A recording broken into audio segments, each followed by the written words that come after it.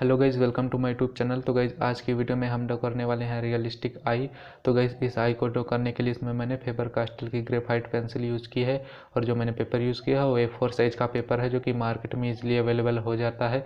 तो गाइज़ अगर आपको हमारी वीडियो अच्छी लगे तो हमारी वीडियो को लाइक कर देना और अगर आप हमारे चैनल पर पहली बार विजिट कर रहे हैं तो हमारे चैनल को सब्सक्राइब कर देना। तो चलो गाइज़ वीडियो को करते हैं स्टार्ट।